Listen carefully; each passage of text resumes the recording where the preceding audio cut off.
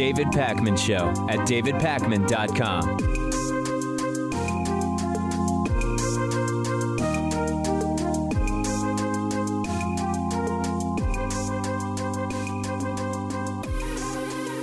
So Donald Trump has vetoed a resolution which would have stopped American support of this immoral and completely ridiculous Saudi Arabian bombing campaign in Yemen, which we've been talking about for quite some time. The Saudi Arabian war on Yemen is not only horrifying at a sort of humanitarian level, given the humanitarian crisis that it's caused, but it's also been geopolitically a disaster. And the whole point of the conflict, if it's not one that you've been following, and who could fault you given how many conflicts there are to follow on the planet, the conflict is that Saudi Arabia says they want to prevent Iran from expanding their control in the region. And in order to do that, what Saudi Arabia has been doing is bombing Houthi rebels, that is, in Yemen, but they've been bombing civilian facilities. They've been preventing aid shipments from getting to Yemeni civilians. And the House and Senate did something that was actually very good. The House and Senate passed a resolution to end American support of the Saudi military action in Yemen. Last month, the Senate passed it, Democrats plus 7 Republicans. In the House this month, it was passed 247 to 175. And this is notable because this is the first time that both the House and Senate, I believe, agreed and voted for the same war powers resolution-based resolution. I hate to use the word resolution both times, but it's a resolution based on the war powers resolution to get the United States out of a particular foreign military conflict. They did this in the House. They did this in the Senate. And Donald Trump has vetoed it, and it's only the second veto of his presidency. Now, why does Trump say he vetoed it? He says it's a constitutional issue and that this is a challenge to the decision-making authority of Donald Trump and of the presidency, saying, quote, in a statement, "This resolution is an unnecessary, dangerous attempt to weaken my constitutional authorities, endangering the lives of American citizens and brave service members both today and in the future." Now, there are a couple reasons we know this is total BS. One, if you've ever seen how Donald Trump actually writes, you know Trump didn't actually write it, but that's not a huge deal. He's the president. Sometimes advisors and staffers write things for him. That's not really a surprise or a shock. But there's two sort of better reasons to realize that this is BS. Number one, congressional approval of war and budgets is something that conservatives claim that the House and Senate should be involved in. It's something that Donald Trump has previously said the House and Senate should be involved in. Just remember this tweet that Donald Trump posted when it was Barack Obama saying, quote, "The president must get congressional approval before attacking Syria. Big mistake if he," referring, of course, at the time to Barack Obama, "does not." And yet here, Donald Trump is saying Congress using the war powers resolution is constitutionally a problem. So it's completely laughable. Number two, 3 or 2, depending on how we're counting, of the reasons we know this is BS, we know that Trump's Constitution explanation is nonsense because Trump aides occasionally leak the truth. And the truth is that in reality, the reason Trump is against this is that he believes that the House and Senate are doing this in order to punish him for doing nothing about the killing of Saudi journalist Jamal Khashoggi. This is one of the most disgusting displays of the Trump presidency, of playing politics with people's lives. And Trump has said, remember, during the campaign, he told us so many times, oh, Hillary is going to get us into all sorts of wars, and he's going to get us out. He said, I'm getting us out of Syria. He said it. He didn't actually do it. We're still waiting for that. He said he's bringing troops home from conflict zones. He says he doesn't want the U.S. involved militarily or financially in these endless wars. And yet, here's an opportunity to get the United States out of involvement in a truly despicable conflict of aggression by Saudi Arabia in Yemen. And he vetoes it. And of course, it's Saudi Arabia at issue here once again. Trump so desperate to be liked. Trump loves doing business with Saudi Arabia. We know Trump's son-in-law, Jared Kushner, is very close to Saudi Arabia, and the trend remains the same throughout the Trump presidency. Number one, Trump applying different rules to himself than he did to Barack Obama. Number two, Trump once again taking the side of authoritarian leaders. Number three, Trump once again not doing what he promised to do during the campaign, and even what he promised and said he would be doing once he was president of the United States, which is stop American involvement in endless quagmire military conflicts. And number four, Trump not being upfront about why he's doing the things that he's doing. And there's probably more than just those four items, although those are the four that sort of come to mind immediately. And it's very interesting if you go online and look at articles about this story, Trump vetoing this decision from the House and Senate.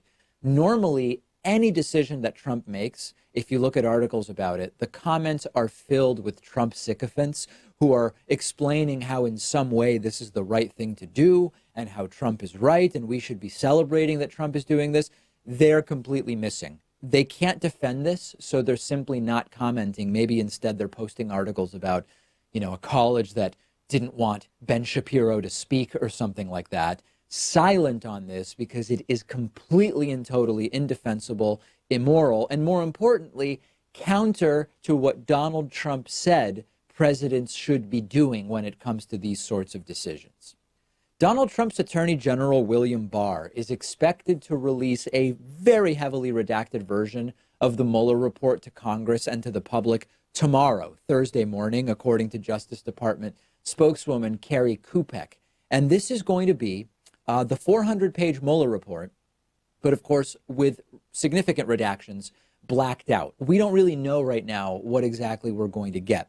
And I want to remind you that the standard that Donald Trump and the people around him claimed that was met by the Mueller report is total exoneration, period. He went on a national tour, the exoneration tour, no ifs, ands, or buts, total and complete exoneration.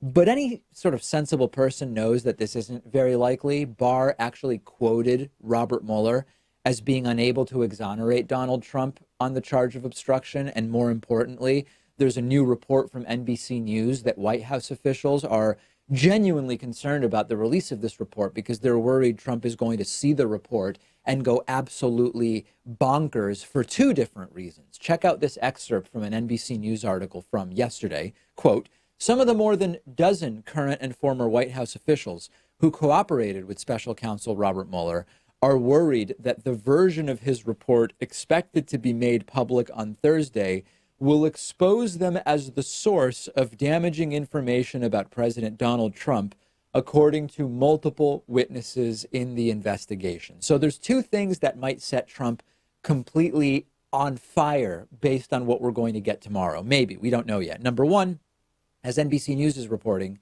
there were people who work for Trump who were asked to come in and talk to Mueller's investigators, and many of them did. And they're worried that if Trump finds out that they were the people who talked to Mueller, that he's going to go absolutely bonkers on them and go into one of his unhinged rages that we know a lot about. The other reason that the report might send Trump into a tizzy, over which advisors are worried, is that if the report doesn't actually fully exonerate Donald Trump, which is, of course, very hard to believe that it does, given the limited information we have about it right now, that could make Trump go absolutely and completely off the rails. And I think the important thing to remember about the people that work for Trump who spoke to Robert Mueller, Pat, is that these aren't leakers. Trump has a problem with leakers in the White House, and we've talked about it. But what we're talking about here is Robert Mueller asked to speak to someone, and they go and they tell the truth to federal officials. These aren't whistleblowers or leakers. These are people participating in an investigation, and Trump might go nuts on them. Of course. And tomorrow, I think, is going to be a crazy day. We know that loyalty is the most important thing to Trump. And I think that after the Mueller report is released, we could see him start to pardon people. Like he could decide that he's going to pardon Mike Flynn and Paul Manafort and Roger Stone. But not just pardons are we going to get. We're also maybe going to get some firings as a result of this. Yeah. And the funny thing about loyalty, which you mentioned, the most important thing for Trump from other people towards him is loyalty. Trump has no loyalty to people around him, right? We know that. And the most likely scenario is that anyone who Trump sees as having, quote, helped the probe, by which what we really mean is federal investigators wanted to talk to them and they said, okay, I'll go talk to you and I'm not going to lie. They may well be thrown under the bus by Trump immediately, and firings are certainly on the table. The other really strange thing here is that Donald Trump's lawyers are reportedly planning a 50-page counter report for when the Mueller report comes out. If the Mueller report totally exonerates you the way you claim, why would you need to counter it with your own 50-page report? Doesn't really make any sense. And the thing I was thinking about this morning when I was reading about this and preparing for the show, there's very little chance that Trump's actually going to read the 400-page report. We know that he doesn't read.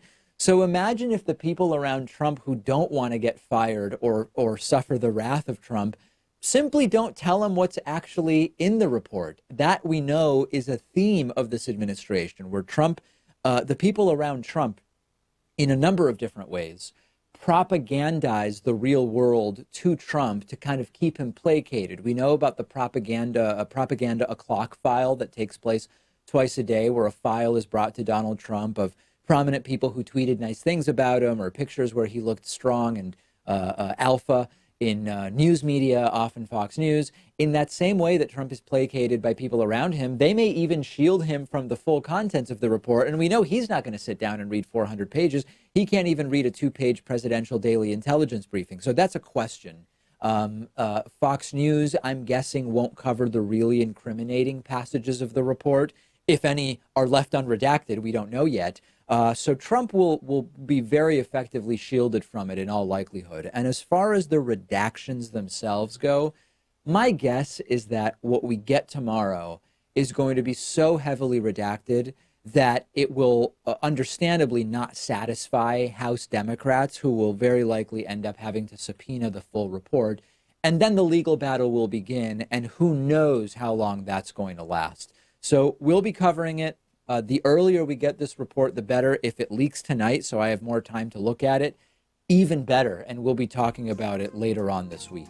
Let me know what you're expecting from this report. How much are you thinking will be redacted? I'm on Twitter at dpacman. The show is on Twitter at David Pakman Show, and we have a lot to talk about today. The David Pakman Show at davidpakman.com.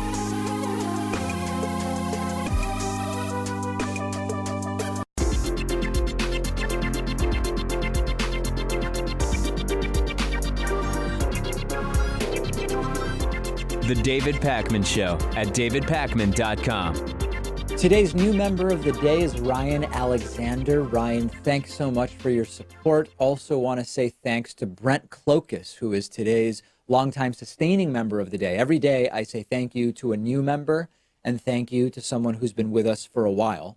And Brent has been with us nearly 5 years. Ryan and Brent, thank you. You can sign up very, very quickly. It takes under a minute for someone with average computer skills, whether that's average as the mean or average as the median, even the mode, doesn't matter. Under 1 minute average to sign up for membership.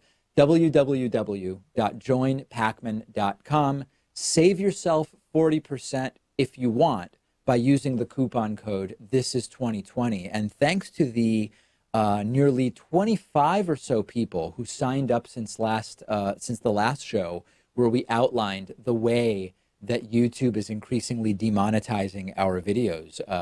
Many people signing up, and I really appreciate that. It is time for Hatriot Mail. We continue to debut new Hatriot Mail intros. Hatriot Mail is when a professional voiceover artist does interpretive readings of hate mail that I get. Here is the Mexico Wall intro, which we are debuting today. Because Mexico is still paying for the wall, right? I mean, that's what he said at all the campaign. Hatriot Mail. Written by patriots who hate David Pakman. Because America. And because freedom. I love the trailing off at the end there. That's a really nice touch. Very Trump-centric Hatriot Mail today. Let's take a listen to this week's Hatriot Mail with no further delay, please.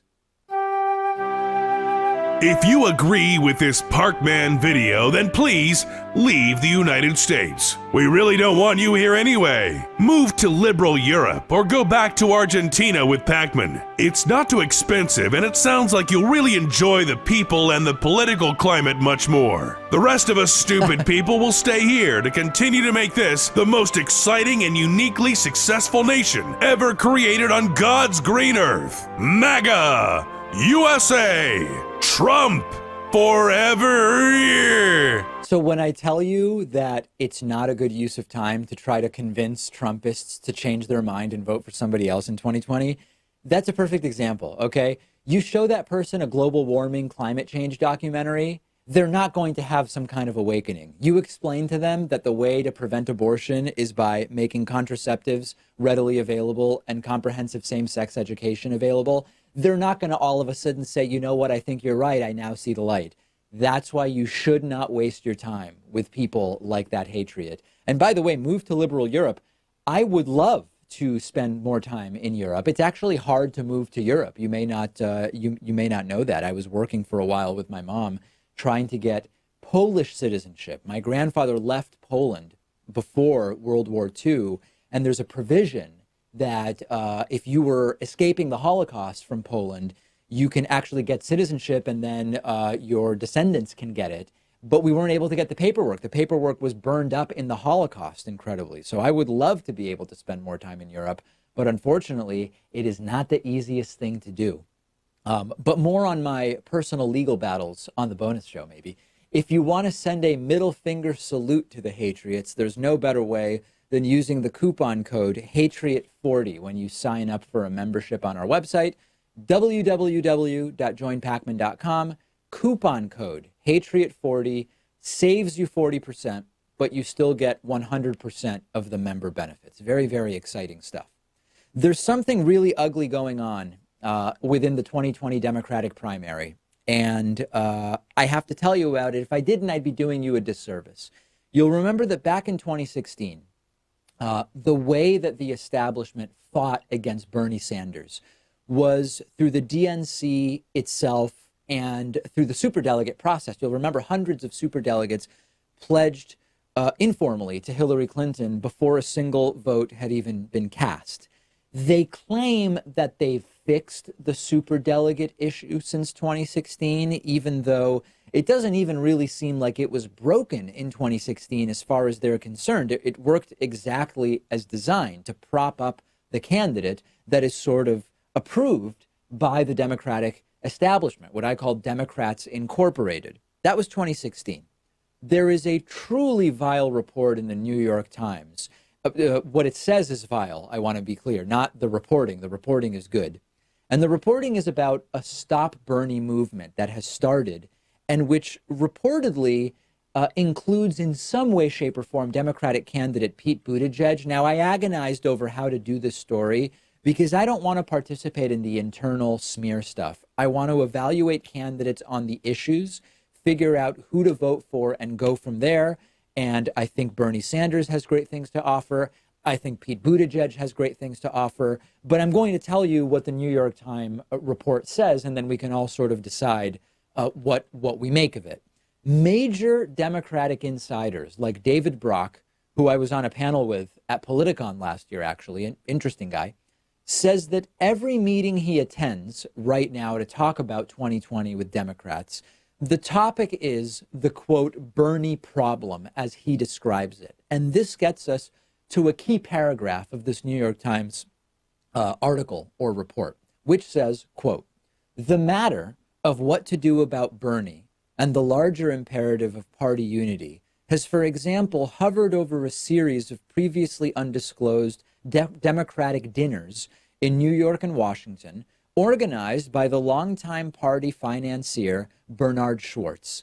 The gatherings have included scores from the moderate or center-left wing of the party, including Speaker Nancy Pelosi, Senator Chuck Schumer, the minority leader, former Governor Terry McAuliffe of Virginia, Mayor Pete Buttigieg of South Bend, Indiana, himself a presidential candidate, and the president of the Center for American Progress, yes, our old friend, Neera Tanden. Now, I think it's really important here, Pat, to point out that just because someone has gone to some of these meetings doesn't mean that they're explicitly anti-Bernie or pushing the establishment to, quote, stop Bernie.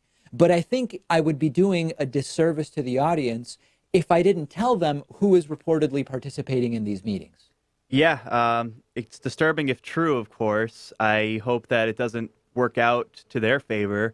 I think Republicans back in 2016 tried to do a similar thing, which was to try to stop Donald Trump, and that didn't work out so well. So hopefully the establishment isn't able to be successful this time around either. Now, let's make a sort of a sidebar here, or a detour in our discussion before we analyze the specifics of the report. Why would the so-called Democratic establishment want to stop Bernie Sanders? There's not actually agreement about this. There are a few different competing theories, all of which could be partially true. And what I mean by that is, on the one hand, if you look at Bernie's positions, his positions back in 2016 were marginalized to some degree, even within the Democratic establishment. Most of those positions have become common positions to a majority of the Democratic candidates in 2020. So when it comes to Bernie's ideas are just too crazy, it doesn't really fit the facts to suggest that that's the reason the Democratic establishment might want to stop Bernie Sanders. Bernie Sanders also polls at the top of all current candidates in these hypothetical matchups against Donald Trump. So the idea that the Democratic establishment would believe that Bernie is just way more likely to lose to Trump if he were the nominee, it also really doesn't make a lot of sense. So what are some of the reasons why the Democratic establishment might want to stop Bernie Sanders? Okay, let's just get out of the way. For some people, it may be a question of ageism or identity. Bernie is 77 years old. There is quite possibly some contingent of the establishment that believes that demographically we need someone who is from a younger generation. That's a possibility. More likely relevant, the Democratic establishment may not like that they can't really control and influence Bernie in the same way that they might be able to do with other candidates. What I mean by that is you're not going to intimidate Bernie into changing his political positions, which has been something he's been consistent about for decades at this point in time. They can't as easily do that with Bernie as they could with other candidates. Part of that is also because Bernie's fundraising is absolutely killing, just blowing other candidates out of the water. Another reason that the establishment might not like Bernie is that establishment Democrats could be worried that if Bernie's the nominee, some moderate third-party candidate will come up and maybe split the vote, handing Donald Trump a victory. It's a possibility. They might believe that. Another reason the Democratic establishment might not like Bernie is they might be worried that if he actually wins, he could shake up the sort of two-party duopoly status quo. And in general, in duopoly party politics in the United States of America, there is a major bias towards the status quo. What I mean by that is that both sides are advocating for the platforms that they've identified are their platforms, Republicans and Democrats, in the same way that there was Republican concern about Donald Trump, that even though, yes, he's a Republican and we don't like Hillary, he could be a Republican that we can't control in the same way. He could go off script and really challenge what we consider to be the important tenets of the Republican platform. In that same way, Democrats, Inc., corporate Democrats, establishment Democrats, also want to push their platform, but within this sort of established, these established confines of how that two-party duopoly is supposed to operate. Now, let's get to the analysis. This is a disaster. I mean, there's just no other way to say it. If indeed this what to do about Bernie, stop Bernie movement is gaining the type of traction that the New York Times article claim it is, history tells us that movements around being anti-X rather than pro-Y often fail in modern politics, particularly when the left does it. 2004, John Kerry. It was way too much about not Bush, get Bush out, and Kerry ultimately lost, although possibly due to foul play in Ohio. I think it's important to mention that. 2016, Hillary, not a super well-liked candidate. The big thing was we can't let Trump win. Hillary is not Trump. And again, not great results, although we're talking about 77,000 votes in 3 states making the difference. I've been saying about 2020 for nearly 2 years now, Just being anti-Trump is not a platform. In the same vein, an anti-Bernie movement is not a movement that is for anything other than saying more establishment, Democrats Inc., same old status quo party politics. And we can't do it, okay? We just can't allow this to happen. As far as Pete Buttigieg's participation, I actually don't know what to make of it. As I said before, Pete Buttigieg's presence alone at these meetings doesn't tell us much other than he's been rising in the polls. He was invited to the meetings, and that's sort of all we can say at this point in time. My guess is if he was asked about it, he would say he welcomes a healthy discourse and he believes that the voters should decide. So ultimately, we're going to have to keep an eye on whether the DNC seems to crown someone as sort of their candidate. Early on, I got a bunch of phone calls from the audience saying, David, it's Kamala Harris. The DNC is sort of crowning, pre-selecting Kamala Harris. It doesn't really seem like that's the case right now. There's more discussion of it being Pete Buttigieg that the Democratic establishment may be leading towards, although we don't know.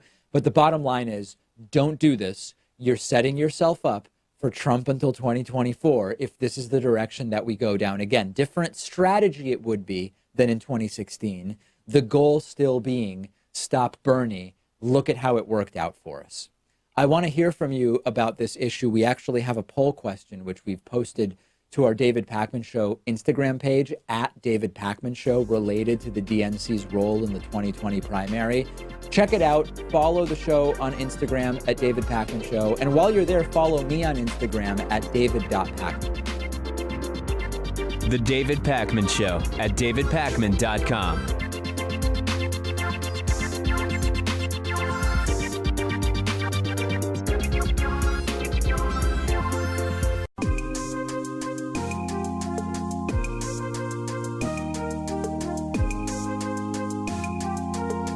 Welcome back to the David Pakman Show. All right, so we ended up, unfortunately, it happens every once in a while, a guest that we're planning on having on cancels last minute. So we're going to go to the phones for a bit at 617-830-4750 and see what is on people's minds. Starting with our caller from the 520 area code. Who's calling today from 520? 520, if you're muted, unmute yourself because we can't hear you. I'm sorry about that. Can you hear me now? Yes, and you're not on speaker, are you? No. Okay, I'm sorry good. if there's any background noise. What's going on?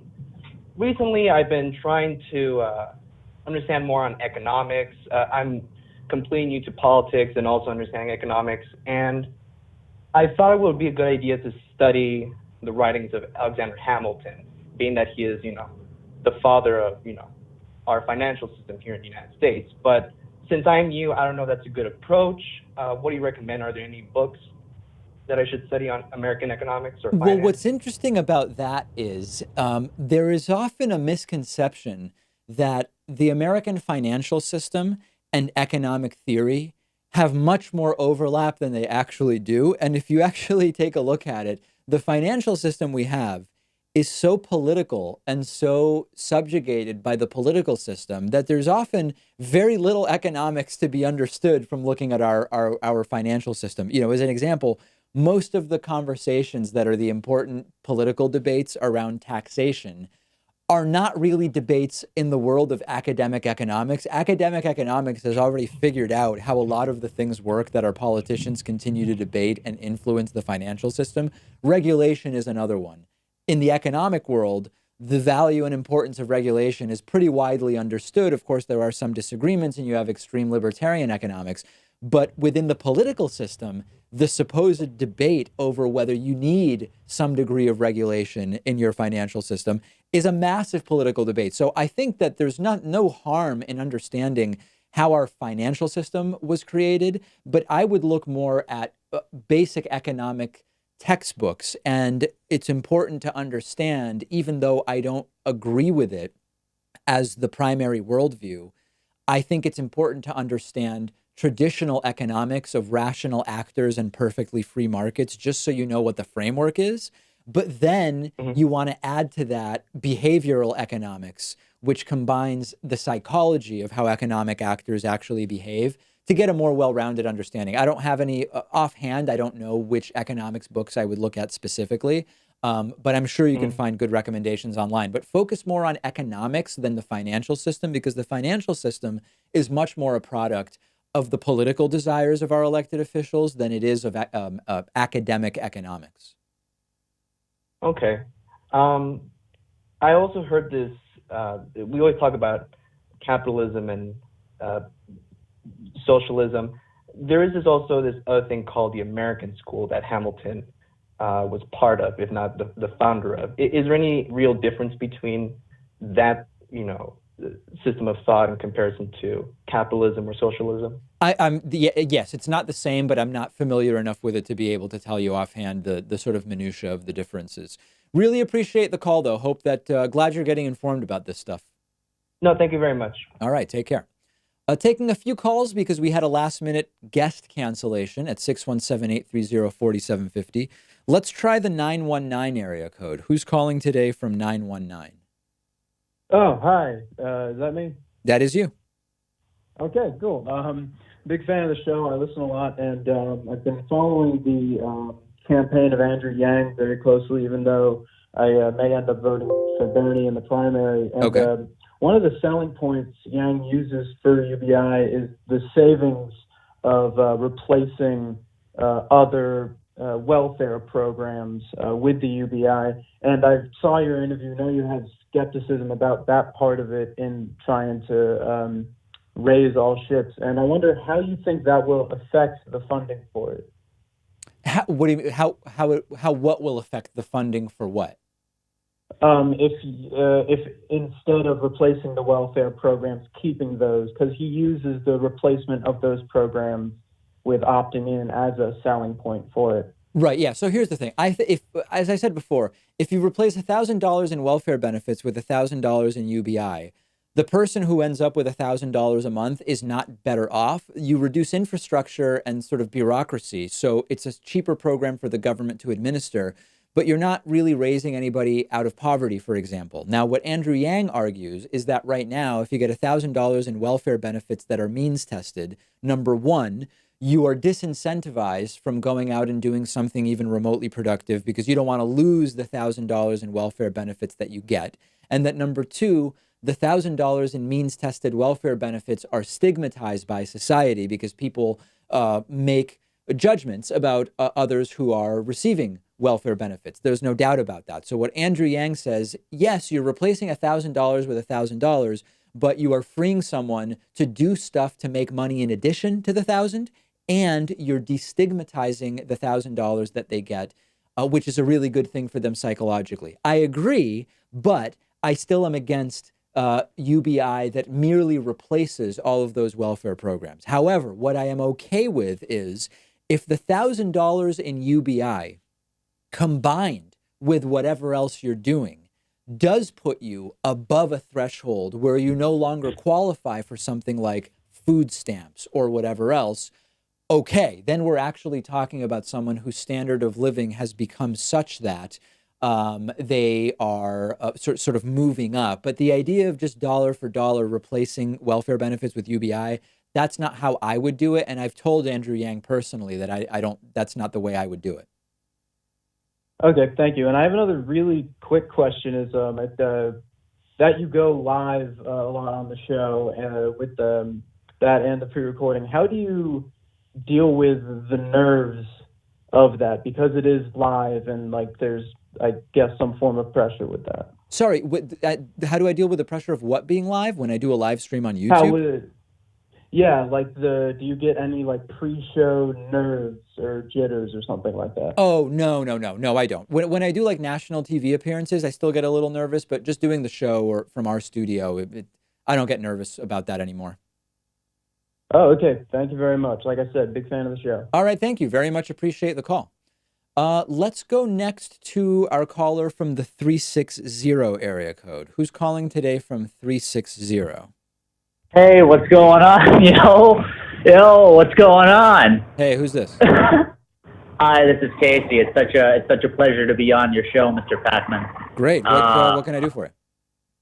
Well, my question is in regards to Andrew Yang's recent CNN appearance.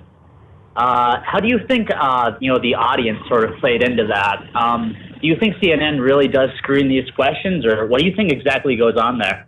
I have heard different things about different town halls. There are times where CNN is very carefully vetting the people, but they have, in the end, asked different questions than they told CNN they were going to ask. I think, generally speaking, most of these networks have the person's question written down for them in case they get nervous or whatever. But I don't really know that much about what they did for Andrew Yang's town hall. No, I don't know either. I mean, especially like going back to these other people's town. I mean, you don't know what the people are gonna say. You don't know what the people are gonna say. You're saying if you're CNN, it's unpredictable what someone's going to say when you put the microphone in front of them. Yeah. Yeah, sure. I mean, Yeah. but, the way that I would imagine they do it is they have experience doing this stuff, so they will start talking to people and try to assess whether they seem like loose cannons who are lying about what they're going to ask. And, maybe they get up there and they make instead of asking a question, they just slam CNN or something like that. And it hasn't really happened much. I mean, what's really common is that people who are actually political activists slide in. We talked about how in, I believe it was Bernie's CNN town hall, a bunch of supposed students and different people were actually connected to lobbying firms and all sorts of different stuff. That seems to get by a lot of these channels unless they know about it and are fine with it, which doesn't seem like the most likely thing. It seems they're actually slipping by. Wow. All right, man. Well, great to talk to you today. Thank you so much for taking my call, yo. Thanks. I appreciate the phone call very much. Seems like he was outdoors near vehicles when the call started, but then got inside, which was nice. Let's go to Dante from Florida. We haven't heard from Dante from Florida in the new year. Dante, what's going on? Hey, David. How's it going? Good. How are you? I'm good. So, all right. I wanted to ask you if you came to your conclusion to write Tulsi Gabbard off too early. And I have a list of things that she's accomplished or things that she's done since she announced her candidacy that should probably make you reconsider. Okay. All right. So recently, she's been the only candidate to say anything about Julian Assange's arrest, and she's been forceful about it. Bernie Sanders still, or his team still hasn't said anything about it. She's clarified some of the main criticisms that people on the left have of her, like her connection to Prime Minister Modi in India, or her past positions on LGBT community. She's also pushed some of her domestic policy agendas that people don't really talk about here, like her election reform bill that would mandate paper ballots in all districts, or some form of paper record in order to verify the votes, which is very important. Okay. She's unequivocal on Medicare for all, unlike every other candidate except for Bernie Sanders, because even Elizabeth Warren, she's sort of tried to put out some of the corporate Democratic alternatives to Medicare for all, like Medicare buy-ins, or lowering the eligibility age, and like things like that, or having an employer system similar to the private health insurance system that we have now, where your employer can give you a Medicare for all plan. So even if Elizabeth Warren's equivocating on it, but Tulsi Gabbard has been clear on her position, and also her foreign policy, anti-regime change, and all those things. So do you think you came to your conclusion to write her off a little too early? No, I don't think so.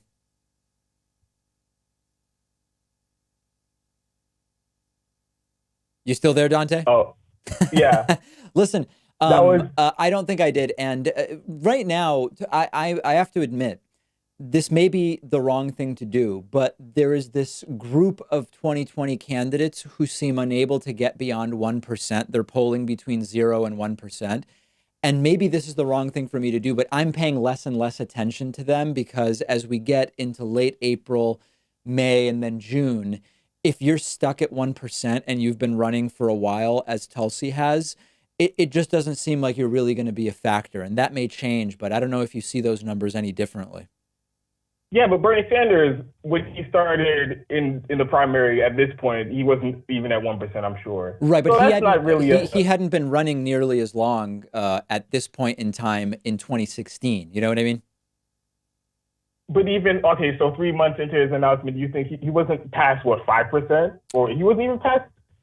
Well, that's Yeah, he 5 wasn't times past as much 5%, as and Tulsi Gabbard has, right? Yeah, but Hillary Clinton was at like 60%, 70%, 80% likelihood or polling in winning the Democratic nominee. So I don't really think that's a good standard to write somebody off so early. That's totally fair. That's totally fair. The, Dante, when do you think Tulsi needs to get to at least like 4% for her to be viable?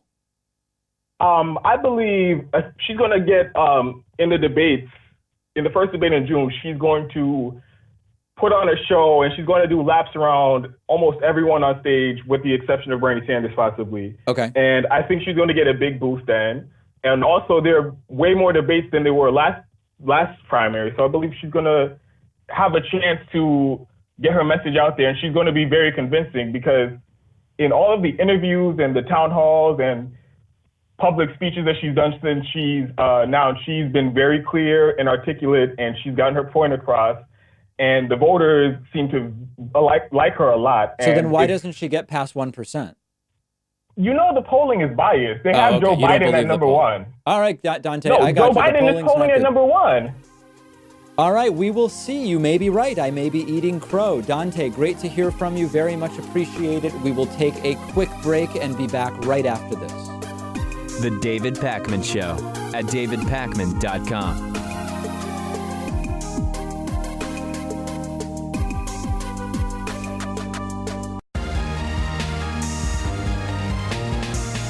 The David Pakman Show at davidpakman.com. You're going to love this. Donald Trump is now claiming super conveniently that the emoluments clause of the Constitution just doesn't apply to his hotels, including, of course, his now infamous Washington, D.C. hotel. We've talked about the term kleptocracy before and how we have one in the United States. A kleptocracy, of course, is a government with corrupt leaders. They are the kleptocrats that use their power to exploit the people and natural resources of their own territory in order to extend their personal wealth and political powers. Typically, this system involves embezzlement of funds at the expense of the wider population. And one of the ways that this has been visible under Donald Trump is that Trump's personally profiting from his hotels as president of the United States, specifically because of the decisions that are being made by foreign diplomats and leaders to stay at his hotels. For example, in Washington, D.C., world diplomats go to Washington, D.C., they say they're staying at Trump's D.C. hotel in order to curry favor with him, and Trump personally makes money from that directly. Then we have to say, well, is Trump giving the diplomats favorable treatment as a result? But it actually doesn't even matter. You don't even need to prove that Trump is treating people better because they stay at his hotel.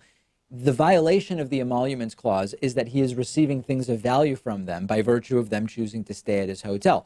This very clearly violates the emoluments clause to the Constitution, which says, quote, "No title of nobility shall be granted by the United States, and no person holding any office of profit or trust under them shall, without the consent of the Congress, accept any present emolument," meaning a thing of value, "office or title of any kind whatever from any king, prince, or foreign state." So that's what we knew up until like yesterday. And it's now been revealed that Donald Trump's Justice Department is reinterpreting the emoluments clause to exempt Donald Trump's hotels. Thanks to a Guardian report, we've learned that there's a June 2017 filing by the Justice Department which would allow the president to accept unlimited amounts of money from foreign governments as long as it comes through commercial transactions. So I'll sort of explain the insanity of this. Up until now, it has been widely understood that the emoluments clause says you just can't receive anything of value from foreign governments or from foreign officials or monarchs or whoever, period, whether they are under the table bribes or whether they are commercial transactions known to line the pockets of a federal elected official.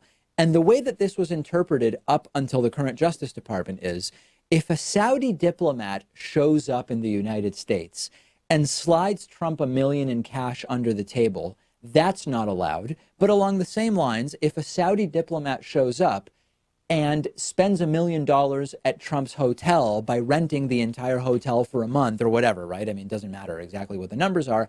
That's also not allowed.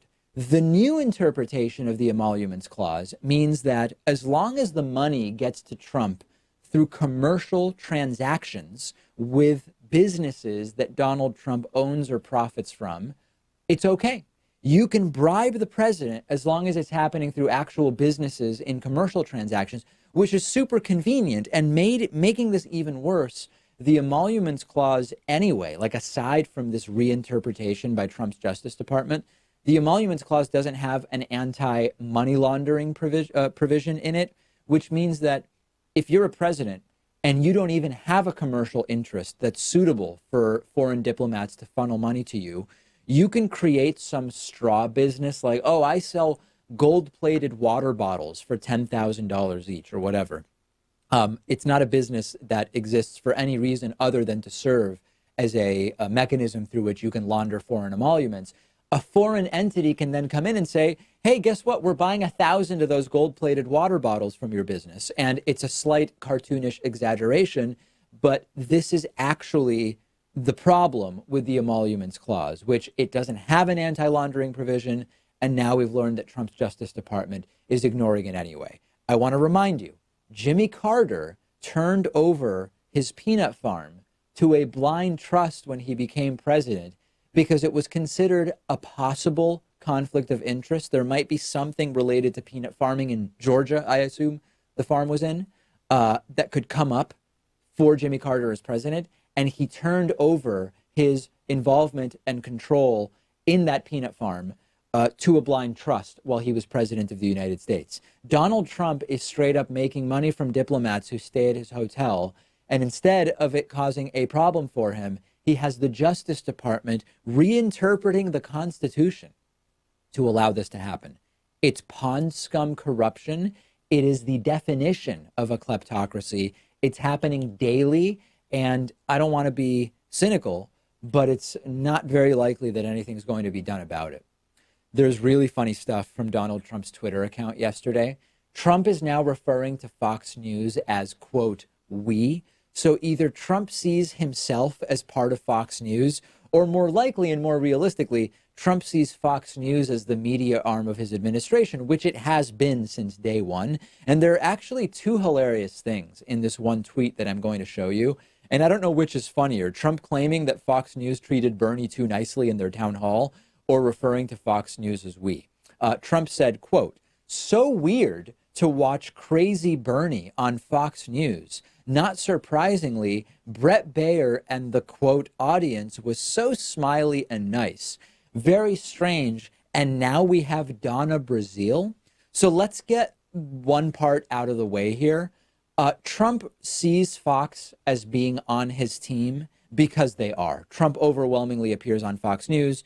Trump's daily tweet storms are often sort of dictated by what Fox News happens to be covering. He regularly talks to Sean Hannity. So we get it. Trump and Fox are intertwined. A lot of what Trump thinks he knows about politics came from Fox News. The talking points, the slogans, the points of view. I don't even want to spend that much time on that because there's a much funnier and interesting thing in Donald Trump's tweet, which is that he's claiming Bernie Sanders was treated too fairly during the town hall that took place earlier this week, Monday night. The first question came from a Turning Point USA campus organizer. A right-wing group got to ask the first question at the Bernie town hall. The entire town hall was Martha McCallum and Brett Baer trying to get Bernie with gotcha questions and becoming argumentative and teaming up on Bernie Sanders. They asked him, is Joe Biden a progressive? They asked him, why aren't you choosing to send more money to the IRS if you think taxes should be higher? They misstated his positions time after time after time. They asked him about late-term abortion in a cartoonish right-wing way that was completely deceptive. And lastly, Let's put the tweet back up for a second here. He also mentions Crazy Bernie, which barely requires a comment. But as an aside, tell me again which of Bernie's ideas is crazy again, because if Bernie's crazy, 90% of the rich countries in the world West are crazy. Everybody gets health care. Wow, that is nuts. We work to reduce inequality. That is crazy Bernie. We prioritize education. We tax those who are incredibly rich and have benefited from the system that we have. Barely even worth discussing at this point, because if you don't get it, you're probably not going to. But for me, Pat, a big deal was made out of the "we have done a Brazil now." It almost could be just one of those ways where Trump says, now we as a society have done a Brazil on Fox News. I don't think that's the biggest part.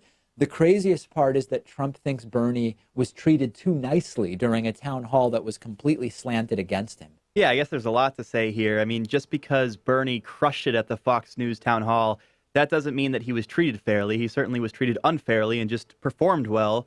And, you know, Trump admitting that he is part of Fox News, that's a long time coming. Fox dropped the fair and balanced moniker about 2 years ago.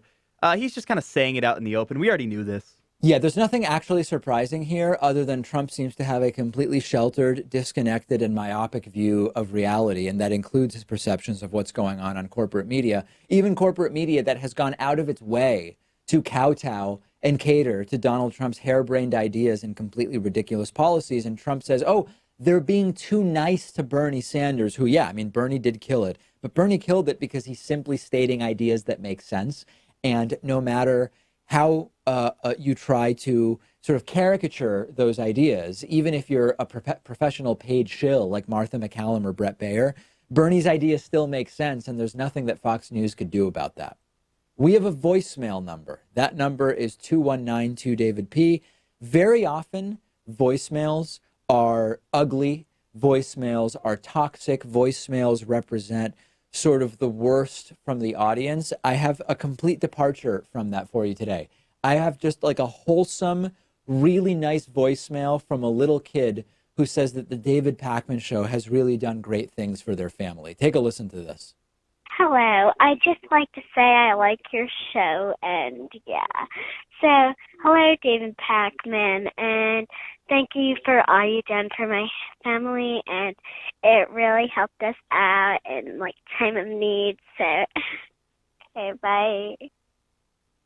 I love it. I absolutely love it. There is nothing more wholesome than that. I'd love to know more about how I've helped this kid's family, so if you want to call back in, please do. But every once in a while, it's nice to get out of the cesspool that is 99% of the feedback that this program gets, and to get something just genuinely nice from a nice person in the audience. So thank you, and I really appreciate the kind words. We've got a great bonus show for you today. Donald Trump is starting the effort to try to flip Minnesota. We'll talk about how he's doing it. Many, many myths continue to spread like a virus about sleep for humans and what humans need and what constitutes good sleep. And lastly, a GoFundMe scammer who collected $400,000 is facing 4 years in prison. All of those stories and more on today's bonus show. Get instant access by becoming a member at www.joinpakman.com or by becoming a patron at patreon.com/David Pakman Show. I'll speak to you then. Otherwise, that's it for today.